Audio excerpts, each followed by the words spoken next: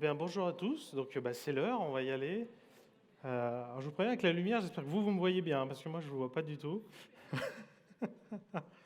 Donc, voilà, donc le sujet, une semaine dans ma peau, deux testeurs agiles.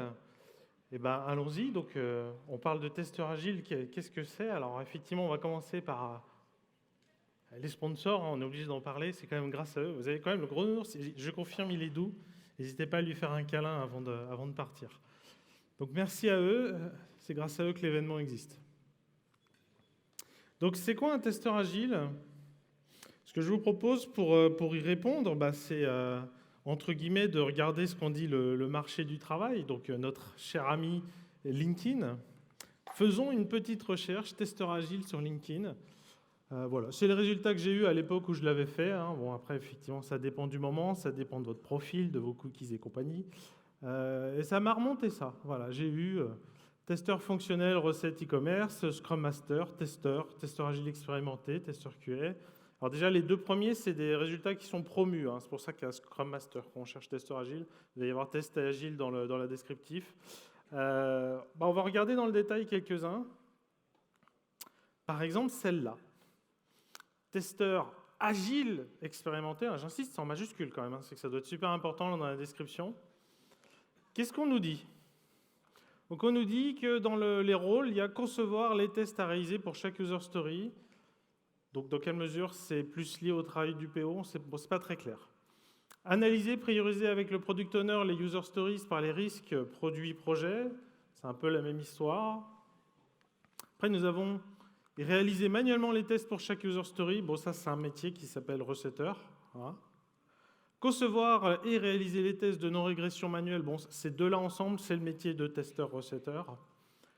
Vérifier la bonne correction des bugs de l'itération en cours en synergie avec l'équipe agile. Oui, bon, effectivement, dans le métier de testeur-recetteur, on a pour responsabilité d'aller embêter les développeurs jusqu'à ce qu'ils aient corrigé les bugs. Et on ne fait pas que les trouver, en plus, on doit les harceler jusqu'à ce qu'ils y arrivent. Un métier passionnant, testeur-recetteur. Participer aux cérémonies, sprint planning, daily scrum, sprint review, rétrospective. Moi, ça me fait poser des questions. Pourquoi on nous liste les 4 réunions de Scrum et on ne me dit pas que je fais partie de l'équipe Scrum? Voilà, donc je ne fais pas partie de l'équipe, mais j'assiste à toutes les réunions de l'équipe, d'accord. Et enfin, être force de proposition pour l'amélioration continue du processus de test. Il ne s'agirait pas de me demander mon avis pour autre chose quand même. Voilà. Et puis finalement, j'ai zappé un peu le début. Là. Ça commence quand même par sous la direction du product owner. Voilà. Donc, est-ce que vraiment c'est ça être agile?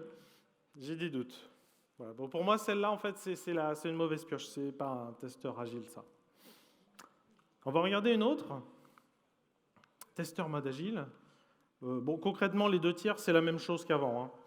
Et après, dans le dernier tiers, on a l'automatisation des tests. Ça, voilà, clairement, c'est important. Le concevoir, mettre en œuvre, la non-règle automatique. Et puis, un dernier truc un peu bizarre. Installer les versions applicatives sur les environnements de test de l'équipe via l'outil de déploiement automatique. Est-ce qu'on est leur secrétaire? Est-ce qu'on a un genre de truc DevOps? On ne sait pas trop ce que c'est.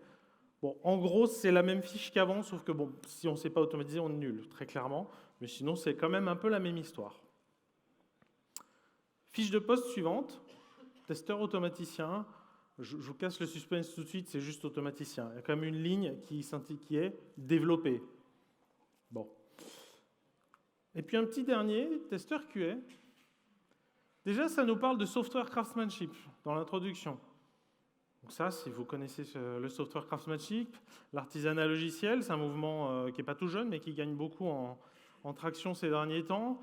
Car en quelques mots, c'est remettre du professionnalisme dans le métier de développeur. En particulier, l'excellence technique, on doit sortir des choses qui marchent. Les bonnes pratiques, c'est aussi ne pas accepter de travailler sur un truc qui, de toute façon, ça ne va pas le faire à la fin. Si ce n'est pas possible, on dit non, on ne le tente pas. Donc ça, c'est très bon signe. Ensuite, nous avons... Le micro a pas un peu bougé. Oula. Oh, si. Je vais peut-être me remettre là. On peut changer de micro? Allô? Allô? Voilà, je vais faire comme ça. Ou sinon, je vais peut-être prendre un... Désolé pour l'imprévu. Allô? Voilà, ça c'est parfait. Désolé, je ne suis pas doué avec le... C'est à cause des lunettes, méchantes lunettes. Donc voilà, l'agilité dirigée par le fonctionnel, les spécifications exécutables, l'ubiquitous language, le test-driven development. Alors ça vous parle ou ça vous parle pas, mais pour ceux qui travaillent dedans, en fait, c'est des vrais mots-clés qui veulent vraiment dire des choses, en fait. Et ça, c'est très très bon signe sur le travail à faire derrière. Par votre expertise fonctionnelle, vous collaborez finement avec le product owner et les développeurs. Donc ça veut dire quoi? Ça veut dire que c'est un métier qui est technico-fonctionnel. Ça, c'est vrai. Vos tests automatiques sont relus, vous relisez ceux des autres, vous construisez la stratégie test fonctionnelle en accord avec le reste de l'équipe. Ça veut dire que ce n'est pas sa responsabilité, la qualité. C'est un enjeu d'équipe. Ça, c'est très bon signe aussi. Et enfin, d'autres mots-clés, pyramide des tests, TU, TI, TS, c'est pareil. Si vous travaillez dedans, ça veut vraiment dire quelque chose et c'est très bon signe. Donc quand je vois ça, je me dis, ah bah oui, ça c'est bien ça. Ça c'est bien. Où est-ce que je signe? Alors maintenant, je vais vous donner une définition un peu plus formelle de qu'est-ce que ça peut être. Hein. Ça va être ma définition. Alors elle n'engage que moi. Alors je dis qu'elle n'engage que moi. J'ai envie de vous parler de ces deux livres, Agile Testing, More Agile Testing, qui, comme le nom l'indique, sont des livres de référence sur le sujet, de Lisa Crispin et Janet Gregory. Bon, Lisa Crispin a dit publiquement sur Twitter que je disais pas des bêtises. Voilà, donc que c'était pas mal ce que je vous raconte. Donc je suis quand même confiant que je vous dis pas n'importe quoi. Il faut que je vous parle aussi de ces trois autres livres. Le test en mode agile de Christophe Moustier, tout sur le test logiciel de Marc Haschein, et puis le test logiciel en agile de la CFTL. Ces trois livres, ils ont 3 points communs. Et ils parlent du test dans un contexte agile. Ils sont en français et ils sont sortis en 2019. Voilà. Donc, il se passe quelque chose autour de tous ces sujets-là cette année. On peut rajouter ma conf quelque part sur le tas. Voilà. Donc c'est très bon, c'est très très bien. Ça commence à gagner en traction et c'est super. Donc, sans plus attendre, c'est quoi ce rôle de testeur agile? En fait, non, je vais faire encore un dernier aparté, c'est que bon, c'est peut-être pas un rôle intrinsèquement qui est agile.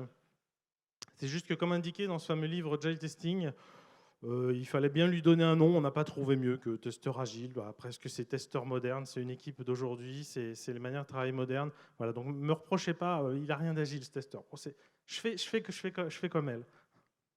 Donc bref, donc quelle est donc cette description?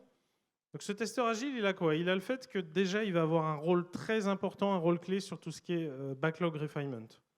Backlog refinement, hein, le travail en amont, creuser les spécifications, etc.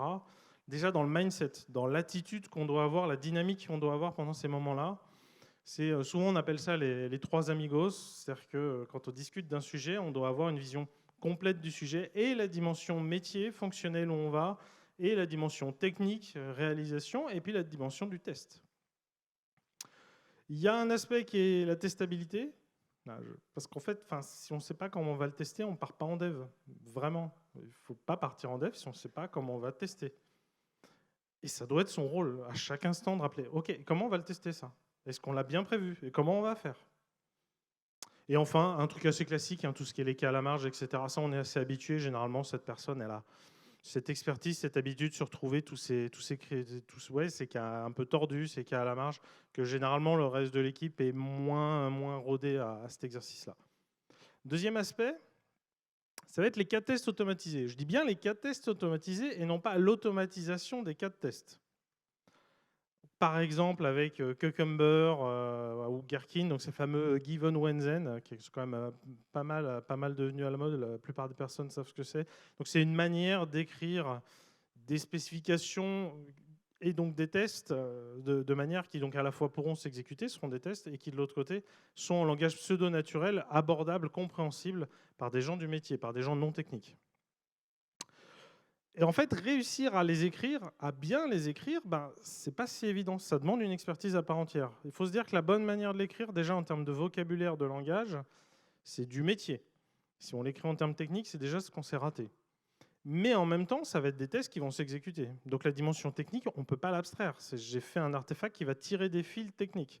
Donc parfois, la bonne manière de l'écrire, il faut aussi qu'elle soit compatible avec la technique qui est derrière.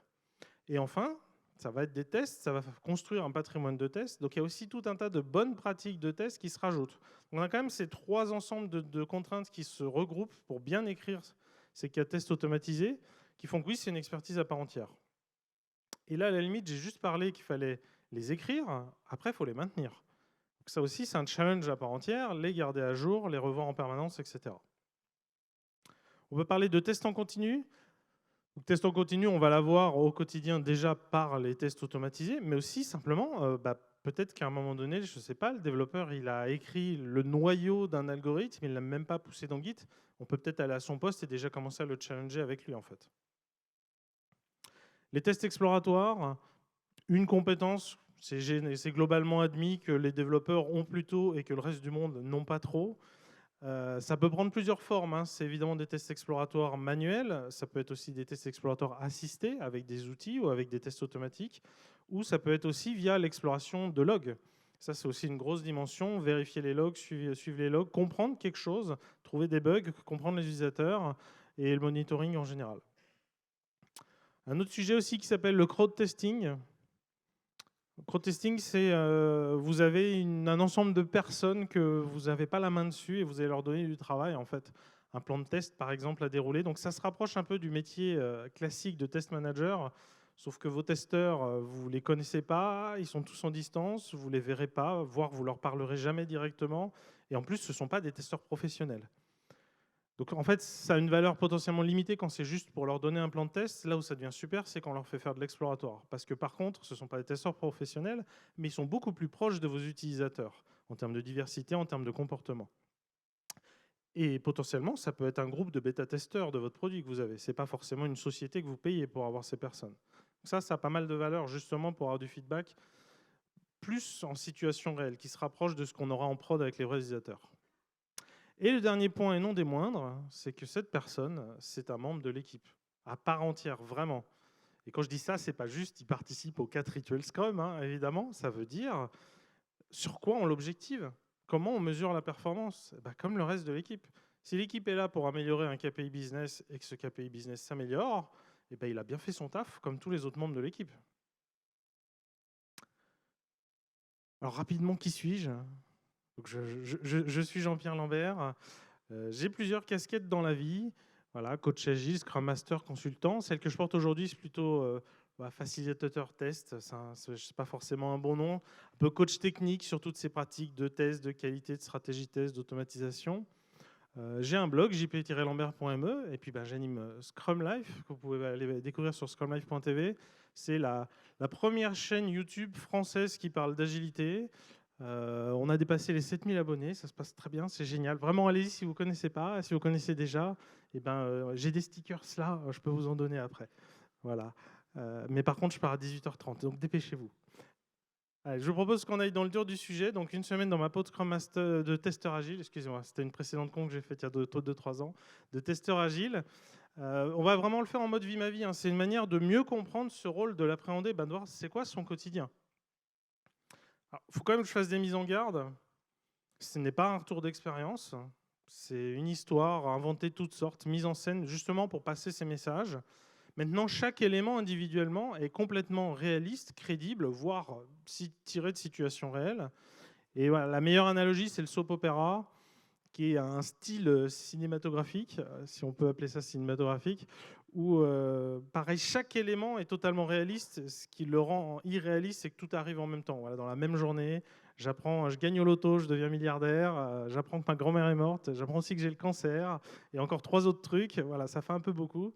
C'est ça le soap opéra, là, c'est pareil. La semaine va peut-être être chargée par rapport à une semaine normale, mais encore une fois, chaque élément est totalement réaliste. Et puis le dernier mot d'attention, c'est qu'évidemment, chaque contexte est différent. Par exemple, dans cette équipe, ils vont mettre en production à chaque fin de sprint. Il y a des équipes, ils mettent en production en continu, par exemple. Donc voilà, prenez pas ce que je vous montre là en mode « Ah, c'est génial, c'est ça qu'il faut qu'on fasse exactement ». Non, c'est une manière d'illustrer le rôle et évidemment, chaque contexte est différent. Donc la semaine, là voilà, hein, c'est l'agenda. Donc selon Outlook, qu'est-ce qu'on va retrouver? On va retrouver évidemment toutes les réunions Scrum, puisque cette équipe fait du Scrum. On va retrouver aussi mardi soir, vendredi après-midi, des réunions de communauté de pratique, parce que dans ce contexte, il n'y a pas qu'une seule équipe. Il y a une équipe Scrum, mais il y a plusieurs équipes Scrum, et donc il y a un besoin d'alignement entre ces équipes. Donc là, en tant que testeur agile de cette équipe, je participe à la communauté de pratique QA. Voilà, l'essentiel, c'est ça. Puis après, de toute façon, on va lire ensemble. Alors, il faut quand même préciser, mardi et vendredi, je suis en télétravail. Et le télétravail, c'est cool. Bon, allez, c'est parti, sans attendre. Donc, le lundi. Moi, j'ai un rituel. Hein, j'arrive le matin, globalement, je vais regarder les logs. Hein, je vais regarder comment se porte la prod, comment se porte la pré-prod, essayer d'explorer un peu, découvrir des choses. Et en fait, c'est ma routine matinale. Hein, c'est ce que je vais faire tous les matins, clairement. Sûrement que si j'étais manager, j'ouvrirais Outlook et je regarderais mes mails. Voilà, moi je regarde les logs. Bon, en fait, sauf ce matin, c'était mon intention quand je suis arrivé et finalement, bonne nouvelle, hein, on a reçu les nouveaux devices, les iPads, les Android, les iPhones, tout ce que vous voulez. Donc bah, je les récupère, hein, je les déballe, je les répertorie, je leur fais une place dans le coffre parce qu'elles ne sont pas que pour notre équipe, justement. On les partage entre les équipes, ces devices. Donc voilà, il y a un petit truc un petit peu light pour faire l'inventaire et que chacun puisse dire j'ai pris ça, je le ramène celle-là, etc. Donc après, le premier daily de la semaine, donc voilà, faut se rendre compte que c'est la fin de sprint, hein. Jeudi, on a la revue d'itération le matin, la rétro en début d'après-midi, et après on enchaîne sur le sprint suivant avec le sprint planning. Donc voilà, donc là il nous reste littéralement 3 jours avant la fin du sprint. Donc forcément ça va se voir dans la dynamique d'équipe, hein, c'est la fin de sprint.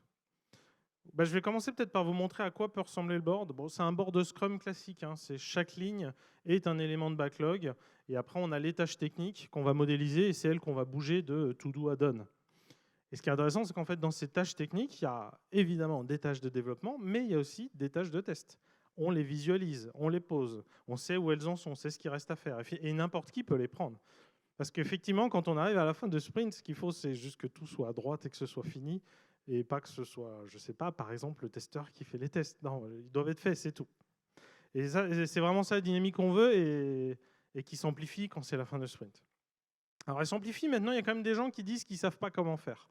Donc ça ressort en daily. Et donc, effectivement, on se dit, OK, fin de journée, on va se faire une petite session de pair testing. Justement, on va tester ensemble et ça sera le meilleur moyen de vous communiquer comment s'y prendre, etc. Il y a aussi que fin de sprint, nous on va mettre en prod, hein. En gros, le sujet du mercredi, ça va être la mise en prod. Donc on se met déjà, juste après le daily, on va se faire une petite session d'analyse de risque pour préparer cette mise en prod. Donc voilà, dès qu'on a fini le daily, effectivement, c'est ce qu'on va faire. Donc l'analyse de risque, à quoi ça ressemble? On se met autour du tableau, hein. On est au sujet du jour, la mise en prod. Voilà, et donc première étape, qu'est-ce qu'on a fait? Concrètement, qu'est-ce qu'on a touché? Donc le changelog, on liste tout ce qu'on a fait. Deuxième étape, au vu de ce qu'on a changé, qu'est-ce qu'on risque d'avoir cassé? Donc ça, c'est l'analyse de risque à proprement parler. Voilà, donc on réfléchit, oui, ça devrait aller. Ah là, il y a peut-être un risque là-dessus, etc. Voilà. Et maintenant, troisième étape, maintenant qu'on sait ce qu'on pense avoir risqué d'avoir cassé, qu'est-ce qu'on fait pour s'assurer que ce n'est pas cassé ou pour le savoir si c'est le cas? Donc on fait un plan de gestion de risque. Donc là, très concrètement, on part des risques qu'on a identifiés et on commence à se dire, OK, faudrait tester ça, il faudrait valider ça, il faudrait vérifier ça, etc. On se pose même des questions, est-ce qu'il vaut mieux faire ci, est-ce qu'il vaut mieux faire ça? Voilà, on décide ensemble, on choisit ça, puis on termine en allant vraiment dans le détail. OK, donc il va falloir tester tel scénario avec tel device sur tel environnement, etc. Et puis après, on met ça un petit peu au propre, on se fait un petit doc vite fait, et on retrouve vraiment ces étapes-là. Voilà, changelog, qu'est-ce qu'on a changé, qu'est-ce qu'on a touché? Deuxième étape, analyse de risque, qu'est-ce qu'on risque d'avoir cassé? Et après, troisième étape, qu'est-ce qu'on fait pour gérer ça? Qui est en plusieurs parties. Qu'est-ce que nous, on va faire comme test? On a aussi des partenaires, des tierces parties. Qu'est-ce qu'à eux, on va leur demander de faire? Et puis, dernier point, c'est quoi la stratégie de mise en production? Ça aussi, c'est une manière de gérer du risque. Est-ce qu'on sort tout d'un coup? Est-ce qu'on le sort juste sur certains clients, etc. Après, donc, on a une session d'example mapping qui avait été programmée pour parler d'un sujet qui semblait un petit peu plus complexe que d'habitude. Un example mapping, ça ressemble à ça. C'est un atelier, il y a 4 couleurs. En jaune, on va avoir donc la user story, l'élément de backlog qu'on va creuser. En bleu, ça va être les règles de comportement, les règles métiers de ce qu'on en attend. Et en dessous de chaque règle, en vert, on va avoir les exemples. C'est des choses très très concrètes qui vont illustrer la règle, qui vont la désambiguer, qui vont aussi désambiguer les interactions entre plusieurs règles et qui en fait sont très très très concrets. Donc en fait, ce sont des cas de tests qu'on va pouvoir automatiser ensuite. Et puis dernière couleur, le rouge. C'est des questions ouvertes, des doutes, des interrogations, des choses où on n'a pas la réponse encore aujourd'hui, parce qu'il faut peut-être qu'on le réfléchisse plus, ou parce qu'on a besoin d'une personne qui n'est pas dans la salle. Voilà. Donc là, quand on a fait ça, en fait, globalement, on a rempli une table, et on se rend compte qu'on a eu raison de le faire. Oui, le sujet, il est complexe. Il y a beaucoup de règles, il y a beaucoup de complexité. Et ce qui est vraiment important, évidemment, c'est dans quel état d'esprit on est quand on fait cet atelier-là. C'est les 3 amigos. La dimension business avec le PO, la dimension d'expertise technique avec le dev et la dimension du test. On est là et on collabore ensemble pour bien creuser le besoin jusqu'au bout, pour avoir cette vision complète des sujets. Bon, pause déjeuner, on est en France, ça dure 2 heures, hein, c'est plutôt normal. Ensuite, début d'après-midi, on fait donc notre backlog refinement, comme tous les lundis après-midi. Et là, le genre de choses que je vais apporter dans cette réunion-là, par exemple, ça va être ça. Donc ça c'est un heuristique de test. SFDPO, c'est un acronyme. Hein. S pour structure, F pour function, D pour data, P pour platform et O pour operation. Bon, c'est un canevas intellectuel pour réfléchir, hein, pour essayer de trouver, de challenger les choses, pour se projeter. Donc c'est un peu comme de l'analyse de risque, hein, sauf que ce matin, c'était analyse de risque, on a vraiment terminé quelque chose de très concret, qu'est-ce qu'on risque d'avoir cassé. Là, on est beaucoup plus en amont, on est vraiment au niveau de la spécification, même de la réflexion en amont. Et on peut déjà commencer à se projeter. Oui, mais attends, quand tu fais ce changement fonctionnel-là, dans quelle mesure il ne va pas impacter tout le produit, par exemple? Ça, c'est le genre de choses que j'apporte et que je facilite. Et là, encore une fois, évidemment, le mindset, la dynamique d'équipe est extrêmement importante. J'ai déjà expliqué. Ensuite, la session de pair testing qu'on s'est programmée le matin. Voilà, il y en a, ils manquent pas de volonté, hein, mais clairement, je sais pas, comment je me connecte à la plateforme, c'est quoi les jeux de données, où est-ce que je trouve les trucs, etc. Ok, viens, on va le faire ensemble, tu vas t'en sortir. Voilà, donc c'est le meilleur moyen de se passer cette connaissance. Et en fait, c'est à double sens. Hein. C'est que moi aussi, en faisant ça, je monte aussi en compétence sur l'aspect technique. Des sujets un peu compliqués, par exemple, comme la gestion de cache, c'est aussi le meilleur moyen de se l'approprier main dans la main avec les développeurs. Le mardi en télétravail, bon, ma journée démarre plus tôt. Je ne sais pas si vous faites du télétravail et que vous aimez votre travail. Souvent les gens en fait, ils commencent leur journée à la même heure, mais comme ils n'ont pas les transports, ils démarrent plus tôt. Bref, donc voilà. C'est parfait. Je vais pouvoir me concentrer un peu sur les logs, faire de l'exploration un peu poussée. Enfin, ça, c'était jusqu'à ce que je découvre qu'un truc important qui devrait marcher était cassé. Voilà, donc ce qui est un vrai problème parce que normalement on a un système d'alerting en fait, qu'on a dû nous le dire, qu'on a dû nous envoyer un mail, genre, au fait, ça s'est cassé. Donc du coup, il y a un peu un double problème. Bon, après l'urgence est gérée très rapidement, il n'y a pas de souci.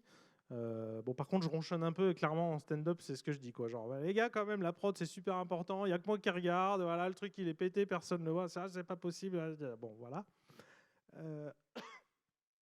Donc effectivement, une des actions, c'est qu'en fin de journée, on va se faire une session sur l'alerting. En fait, il y a des personnes qui n'étaient même pas au courant que c'était là. Donc déjà, on va se réaligner c'est quoi ce système, à quoi il sert. On va échanger des problèmes. Et puis il y a aussi quelqu'un d'autre dans l'équipe en fait, qui lui galère à implémenter des tests automatiques. Donc on se dit, ok, bah, juste après le délit, on va se prendre une demi-heure, on va faire ça en pair programming. Donc je ne suis pas développeur, hein, mais globalement, quand on galère à automatiser un test, généralement c'est toujours des problèmes de dépendance, c'est toujours un peu les mêmes trucs. Je ne dis pas que c'est simple, hein, mais c'est toujours les mêmes raisons. Donc globalement, on arrive à faire un binôme et à résoudre le problème. Et ça, c'est super. Après, je dis que je ne suis pas développeur. Après, ce n'est pas non plus la première session que je fais, donc j'ai quand même une forme, je comprends un peu quand même ce qui se passe. Après, on arrive à 11h. Ça, c'est une action de rétrospective, de la rétrospective précédente. Je n'en ai pas trop parlé. En fait, le dernier développeur à avoir rejoint l'équipe, bah, il ne comprend pas trop pourquoi le testeur ne teste pas et le développeur il doit tester. Voilà. Donc, du coup, l'action a été on va se faire un petit one-on-one, on va en discuter pour essayer de lui faire comprendre ça. J'y vais un peu à reculons, c'est pas très passionnant. Et ça se passe bien, en fait. J'arrive à lui faire comprendre que. Bah, globalement, s'il ne teste pas son code sur sa machine et qu'après il le balance dans un Jira ou autre et que 3 jours plus tard, quelqu'un éventuellement commence à le prendre et lui faire un feedback une semaine après, et que quand lui il doit retravailler dessus, il a fait plein d'autres choses entre temps, en fait c'est plutôt contre-productif en fait. Tu l'as fait, tu vérifies que ça marche déjà, quoi. Et qu'à l'inverse, j'ai beaucoup plus de valeur à apporter en me concentrant sur d'autres choses, des choses de plus haut niveau, des choses globales qui correspondent à tout le produit par exemple. Donc c'est plutôt cool. Pause déjeuner, bah comme je suis chez moi, je ne veux pas juste me réchauffer un truc, je fais un petit peu de cuisine, et puis je regarde le dernier épisode de ma série préférée. Bah, à une époque, c'était Game of Thrones, maintenant c'est fini. Bref. Et l'après-midi, bah, ça va être le moment, encore une fois, le sprint, il est fini, globalement, on a fini. C'est le bon moment pour un peu explorer le produit, en fait, pour le challenger, voir qu'est-ce que ça donne, justement. Donc l'exploration, ça, donc c'est un très bon livre sur le sujet, Explore It, d'Elizabeth Hendrickson. Ce qu'il faut se dire, hein, c'est que les tests explos, c'est pas des tests YOLO. Enfin, ça se cadre en fait. Et le genre de framework de Canva qu'elle propose dans son livre, c'est ça, le test charter. Voilà, on explore quelque chose, une cible avec un ensemble de moyens, de ressources pour découvrir une information bien précise. Par exemple, ça donnerait explorer les performances de reprise de lecture avec différents devices Android et iOS récents comme vieux pour découvrir si l'expérience utilisateur est impactée négativement. Donc c'est pas je prends l'appli et je la bouge dans tous les sens jusqu'à ce que je trouve des trucs. Non, il y a une vraie but, il y a un vrai quelque chose qu'on veut trouver avec des moyens dans un contexte donné. Donc ça le cadre, hein. On part pas dans tous les sens. Et à la limite, s'il fallait estimer, ça c'est estimable. C'est pas juste un truc où on sait pas où on va, quoi. Ensuite, donc on a cette réunion qu'on s'est fixée sur l'alerting. Comme je disais, ça fait un peu office de mini-formation. Ça réaligne tout le monde sur ce système d'alerting qui existe, à quoi il sert, comment il marche. Voilà. Puis on comprend qu'en fait, on s'est un petit peu raté sur la manière dont on configure la prod, la pré-prod ensemble, et que bon, bah, en gros, on n'a pas tout bien mis à jour, et donc ça n'a pas levé l'alerte quand ça aurait dû. Bon, on se note une action pour plus tard, on verra. Et arrive sur le premier point de communauté de pratique qu'on a dans la semaine. Alors, c'est avec l'équipe infra. Donc, c'est à 17h. Vous savez, c'est des gens très occupés, l'équipe infra. C'est très dur de les avoir avant. Donc, on a ce point régulier qu'on a toutes les semaines ou toutes les 2 semaines. Ouais, on se tient à jour, en fait. Hein. Si on a des demandes de moyens de test, où est-ce que ça en est, on fait le suivi, etc. Et c'est aussi un moyen de simplement créer du lien. Voilà, justement, dans les équipes, qu'il y ait du lien. Et après, quand il y a un problème, bah, ça se passe mieux, justement. Nous arrivons un mercredi, bah, j'arrive le matin, je vais regarder les logs, et j'ai une bonne surprise, c'est que je ne suis pas tout seul. J'ai eu raison de pousser ma gueulante, il y a quelqu'un qui est venu et qui regarde avec moi, et donc ça c'est cool. Le dernier daily du sprint, je vais être honnête avec vous, ça ne ressemble pas à un daily en fait, parce qu'il n'y a qu'un seul sujet, c'est la mise en prod. Donc globalement, en fait, on va passer sur la mise en prod. Il n'y a même pas un moment où on s'arrête pour se dire, bon, le daily est fini en fait. Globalement, on parle que de la mise en prod, on fait la mise en prod, quoi. Et on prévoit déjà que juste après ça, on sera une petite séance de sanity, vérifier que tout va bien. Donc la mise en prod, ben, on y va. C'est un moment toujours un peu magique, hein. C'est la conclusion du sprint, on est là tous ensemble. Vu de loin, ça semble presque bête peut-être, genre on est là tous ensemble autour de la même machine à regarder un compteur Jenkins qui avance.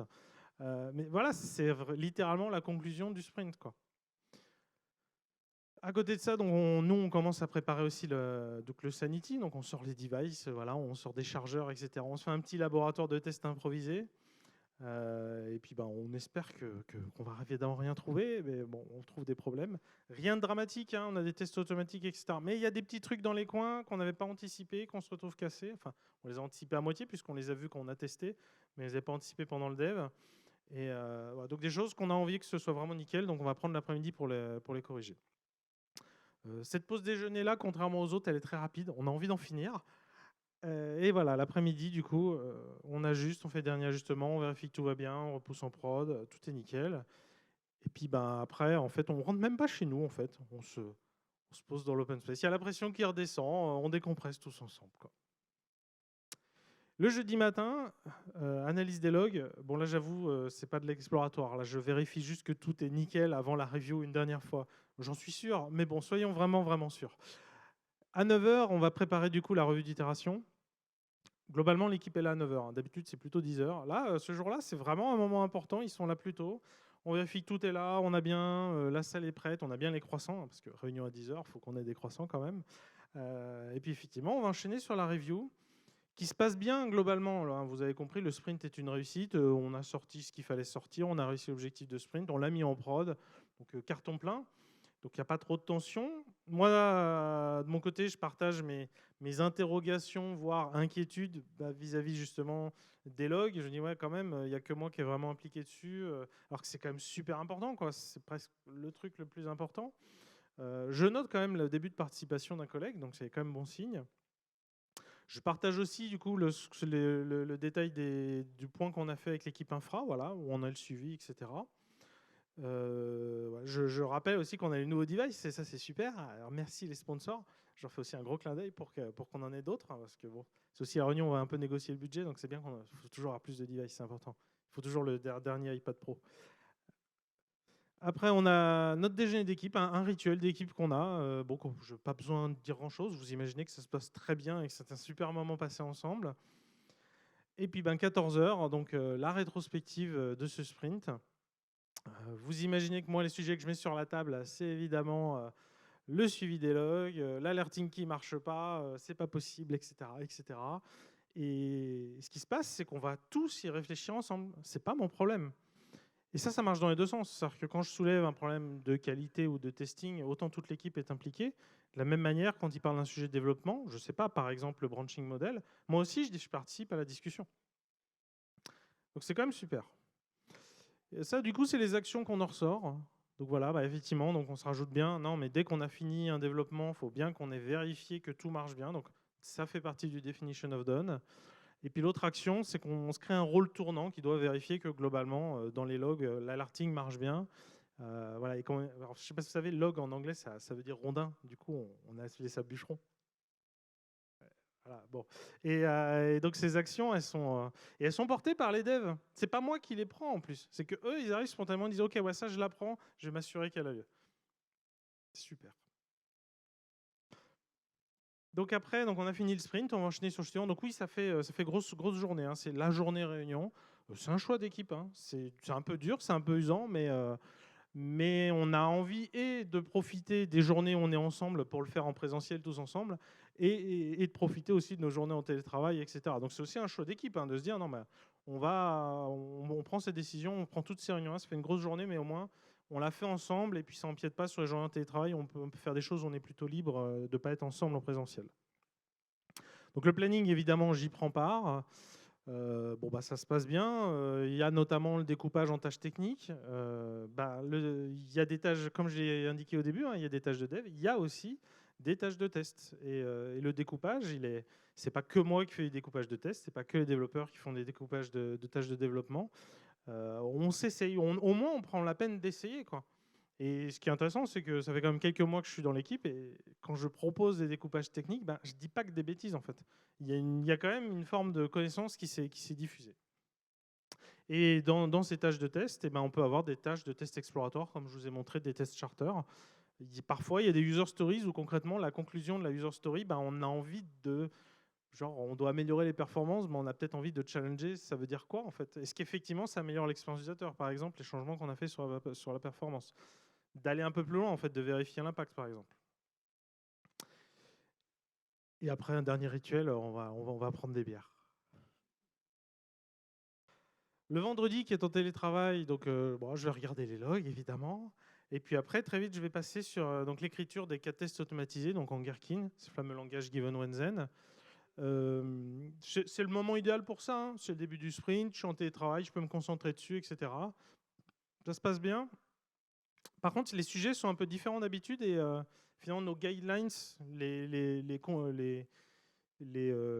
la bonne manière d'écrire qu'on s'est définie, ça coince un peu. Là, c'est des sujets un peu différents, donc ça fait réfléchir. Je me dis, bon, ça tombe bien, de toute façon, cet après-midi, parmi les sujets qu'on va aborder en communauté de pratique, il y a justement, c'est quoi nos guidelines Gherkin et ce qu'il faut les faire avancer, donc au moins, j'aurai des choses intéressantes à échanger. Bon, le premier délit de l'itération, il n'y a pas grand-chose à dire. On y va, tac, tac, on prend les choses, on avance.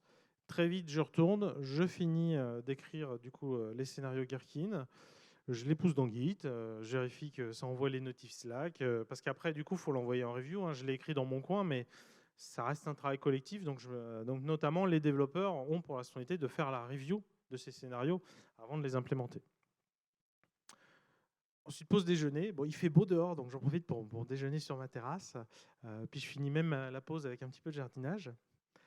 Et puis donc l'après-midi, on va passer l'après-midi entre copains de la communauté de pratique. On a 3 sujets à aborder. On veut se faire une petite rétrospective sur comment fonctionne cette communauté de pratique.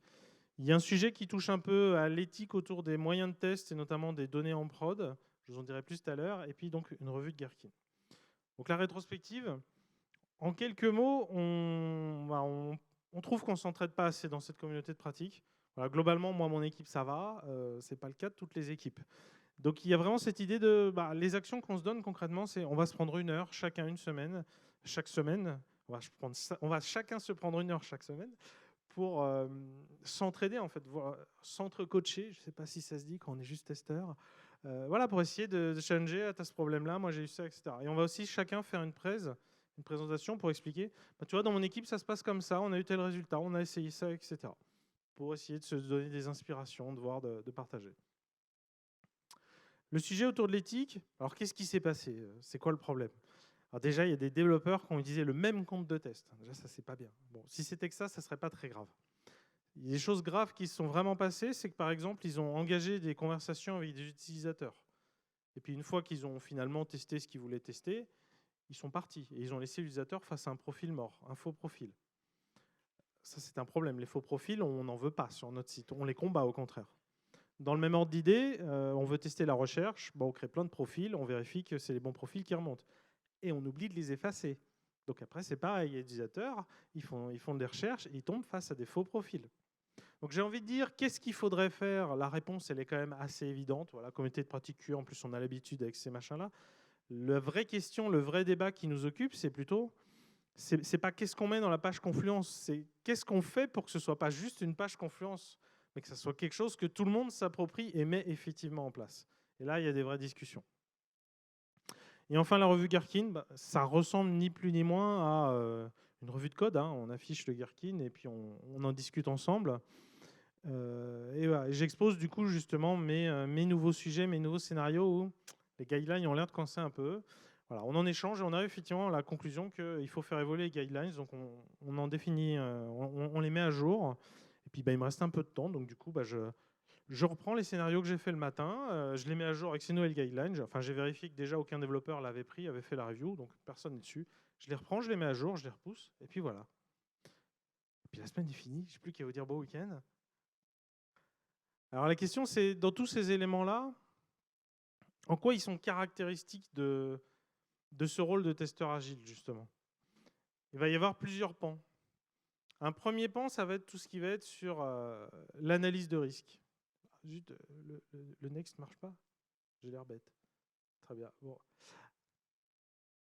Oups. C'est compliqué.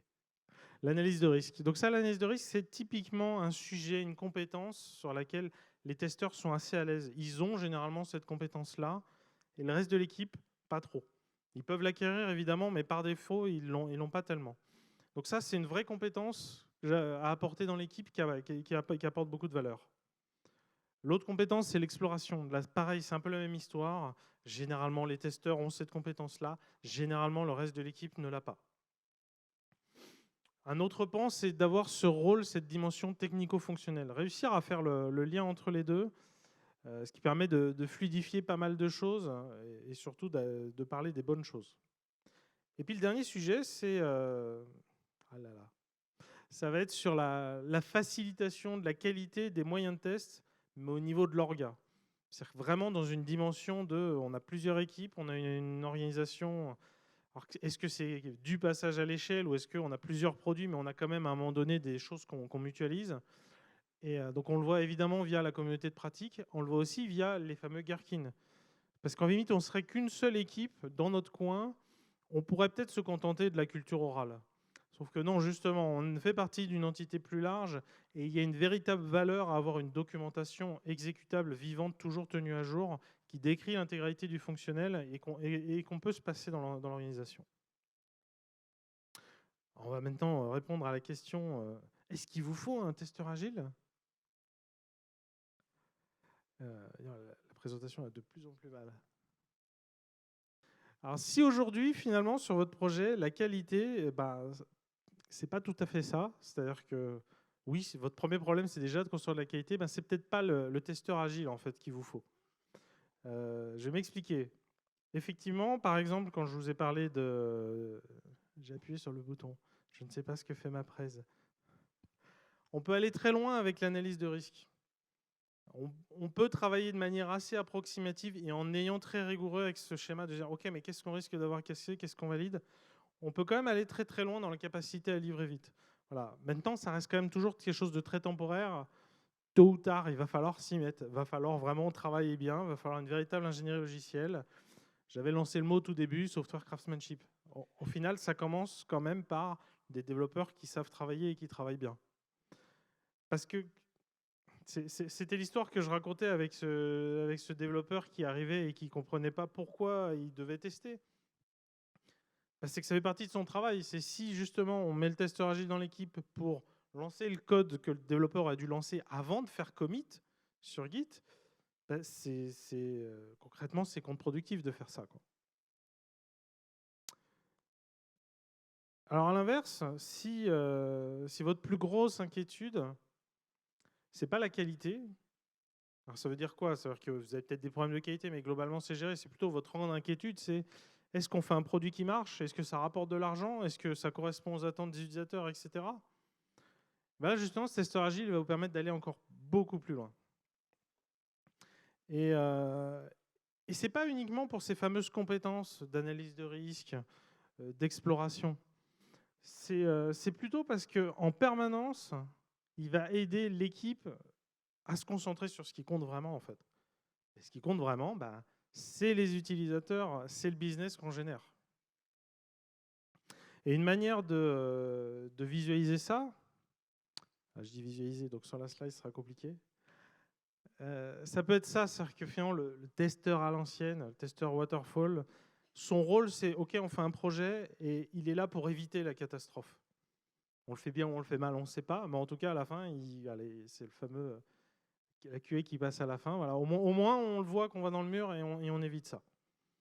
Alors que finalement, quand on fait en agile, normalement déjà de base, on est censé construire un bon produit, déjà parce qu'on le construit bien, mais aussi parce qu'on est beaucoup plus centré utilisateur. Et là, ce testeur agile, en fait, il va vraiment servir de catalyseur pour pas faire juste un bon produit, mais faire un produit qui est vraiment génial, qui répond vraiment aux attentes qu'on a besoin, qui va vraiment permettre de générer du business. Et si vous n'êtes toujours pas convaincu, il va falloir qu'on parle d'argent. Un schéma classique, c'est quoi? On a une équipe. Cette équipe, elle crée un produit. Ce produit, il fait rentrer de l'argent. Donc, on a plus d'argent. Donc, on va faire grandir l'équipe ou on va mettre plus d'équipes pour faire que le produit grossisse ou pour proposer plus de produits pour avoir plus d'argent. Sauf que ce raisonnement, ça marche que si effectivement on travaille sur les bonnes choses et qu'on travaille bien dessus. Parce que sinon, si on fait juste n'importe quoi, c'est juste de l'argent qui est jeté par les fenêtres. Et sur ce point de vue-là, justement, ce testeur agile, déjà, là, j'ai surligné l'intégralité de son agenda. Si on nommait les bières et les déjeuners, globalement, c'est tout son agenda. En permanence, dans toutes ses actions, il est là avec toujours ce focus sur la prod, sur les utilisateurs. La vérité, elle est en prod. Hein. Même quand on fait du crowd-testing, on s'en rapproche, mais on n'y est pas. On n'est pas face aux vrais utilisateurs avec le vrai environnement de prod. Et l'autre chose, c'est vraiment faire ce pont entre le business et la tech, dans les deux sens. C'est-à-dire que ça ne sert à rien de faire une super techno si ça ne répond pas à un besoin business. À l'inverse, il ne faut pas avoir la meilleure idée du siècle si derrière on l'exécute n'importe comment. Donc ce pont, il est très important et il va vraiment apporter toujours ça, à garder ça à l'esprit. Et puis le dernier point, il est vraiment sur la dimension de passage à l'échelle, de vraiment faciliter, à animer ce passage à l'échelle. Et on retrouve du coup aussi toutes les dimensions de log et de rétrospective. Donc je vais terminer avec un rappel peut-être des slides les plus importantes. Voilà, le rôle de testeur agile. Donc vraiment, hein, s'il y a bien un focus à avoir, c'est sur le travail en amont, backlog refinement. C'est à ce moment-là que le bug, il coûte le moins cher à trouver, à corriger, parce qu'on n'a même pas encore écrit de code, en fait. Donc c'est là. Et en mettant le bon mindset, en insufflant la testabilité. Encore une fois, on ne part pas en dev si on ne sait pas comment on va le tester. C'est juste évident. Le test, c'est une fonctionnalité du produit. Si on ne sait pas le tester, il y a un problème. Les cas tests automatisés, c'est une expertise à part entière de savoir vraiment faire le pont entre une formulation métier, une exécution technique et en plus un patrimoine de tests. Tester en continu, les tests exploratoires sous ces diverses formes, les logs, le monitoring, piloter le crowd-testing, et vraiment, c'est un membre de l'équipe à part entière. Il n'y a pas de débat. C'est un membre comme n'importe quel autre membre de l'équipe. Voilà. Et encore cette slide, c'est vraiment passer d'un mode où on est là en mode pompier, en mode dernier rempart avant l'incendie, pour éviter l'échec, pour passer à un mode où, non, maintenant, on va vraiment être un catalyseur de la capacité de l'équipe. Voilà. Et ça conclut, dès que la slide arrivera, cette présentation. Donc, je vous remercie et le rôti express est là. Combien de temps? Il y a des questions? 6. On a quelques questions. On peut faire quelques questions. On a 5 minutes pour les questions. Qui a des questions ou pas? Je ne vois pas. Visiblement, il n'y a pas de questions. Ah, là-bas, là-bas.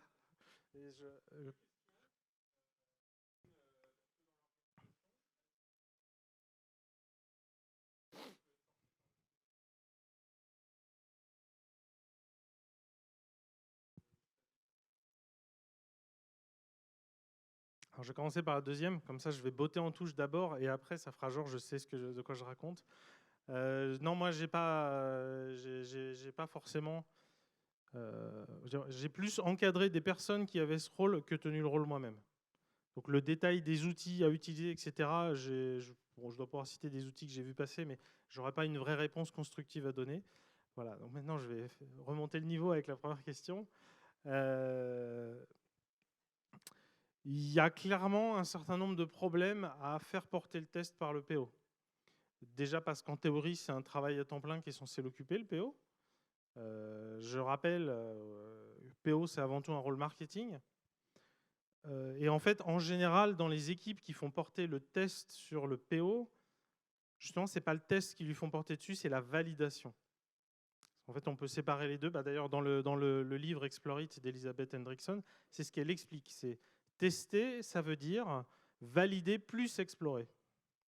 Et la validation, à mon sens, il n'y a pas de valeur que ce ne soit pas les devs qui le fassent eux-mêmes. Et s'ils n'ont pas l'info pour comment il faut valider, il est là le problème. Il est où ce moment d'échange qu'on a eu au début du sprint ou en amont du sprint pour se mettre d'accord? C'est les fameux critères d'acceptation ou les tests automatiques d'acceptation. C'est quoi la liste des choses qui doivent se passer exactement comme ça? C'est un problème si le PO il improvise ça au dernier moment une fois qu'on lui donne le livrable. Il doit le savoir en amont et l'équipe doit le réclamer à son tour. Et normalement, une fois qu'on a listé ces scénarios, les devs doivent pouvoir le faire. Et donc, je peux comprendre qu'après, il y a des situations où la confiance n'est pas encore là et il veut peut-être, mais ça tient plus du sanity, il ne va pas tout valider, il va juste vérifier dans les grandes lignes ça marche. Après, est-ce qu'il fait de l'exploration? Ce ne sera pas forcément le même type d'exploration. Ça sera vraiment une exploration dans le sens, je me projette, je suis un utilisateur du produit. Ou je me projette, j'ai une vision business, marketing, est-ce que ça atteint ce but? Donc ça, c'est normal qu'il le fasse. Et ça serait même malsain qu'évidemment, le PO ne touche jamais son produit. On s'attend à ce qu'il le manipule, mais vraiment pas pour le valider, soit pour le challenger d'un point de vue business, soit pour se projeter. C'est quoi l'expérience utilisateur maintenant du produit? On a rajouté une nouvelle feature, ça donne quoi? Et toi, c'est la réponse, c'est la question à laquelle il veut répondre, c'est ça donne quoi? C'est pas est-ce que ça marche comme prévu? Ça répond? Est-ce qu'il y a une autre question ou pas? Ah oui? Oui, c'est toi.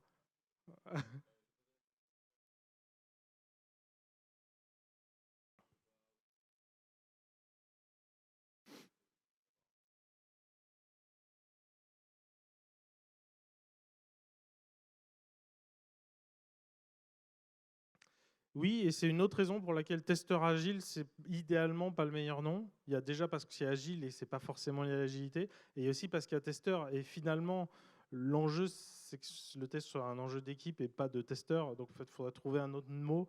Mais voilà, la communauté n'a pas trouvé un mot magique qui plaît à tout le monde à la place.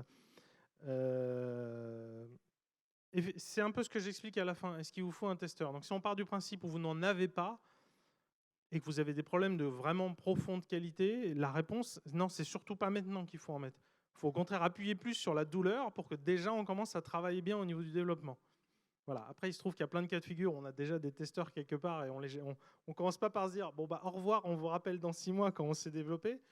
Et donc il peut y avoir ce biais qui en fait existe déjà et continue de persister. Et là, il faut réussir à en sortir. Là, c'est assez compliqué parce qu'effectivement, bon, c'est la conduite du changement. Chacun a ses petites habitudes, etc.